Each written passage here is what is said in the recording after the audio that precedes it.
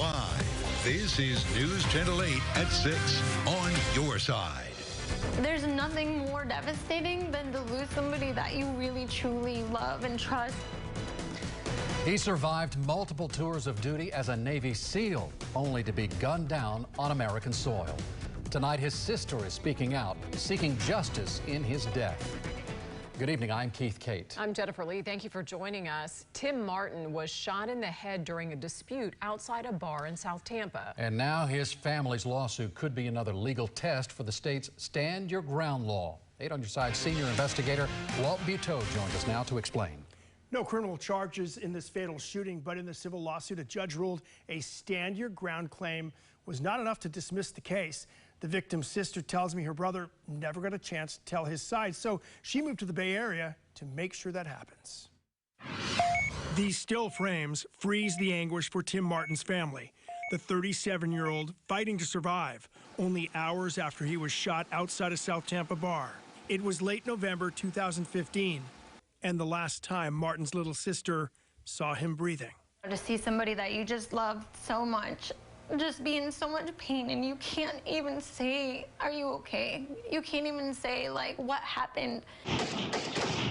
Martin served multiple missions in Afghanistan as a Navy SEAL after enlisting right after 9/11. He faced death all the time, and the likelihood of him coming home was, in my mind, so slim. He came home alive to raise his son, only to face death again. Police say he went to the Soho backyard angry but unarmed and got into a fistfight over a girl with the bar's co-owner, Jeffrey Glenn. Witnesses say the fight seemed to be over after Glenn left and walked back into the bar.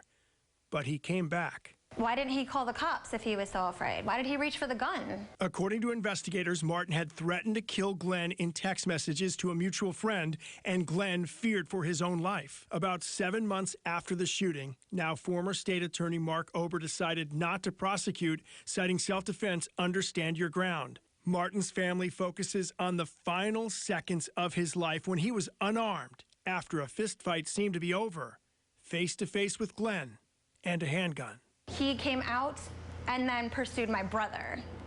So how is that stand your ground? The judge in the civil lawsuit agreed, denying Glenn's claim for stand your ground immunity.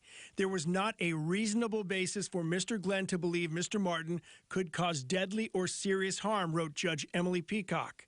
We went to Soho backyard to talk with Glenn and contacted his attorney, but so far they are not commenting. Fager tells me she hopes the civil case gives her brother a voice. Tim didn't get a chance to say what happened. Jeffrey Glenn did. There's nothing more devastating than to lose somebody that you really truly love and trust, and it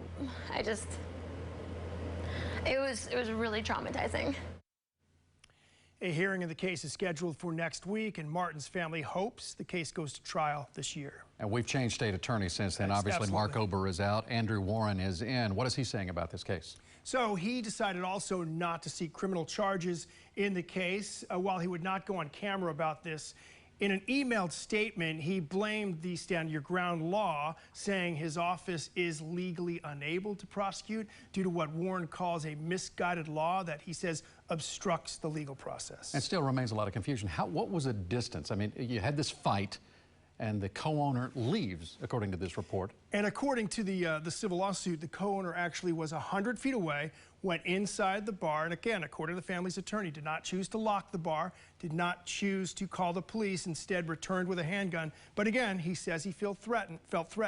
But he was away from the. But he was away at the time. Anyway, he left the fight, disengaged, as the judge said, and then came back.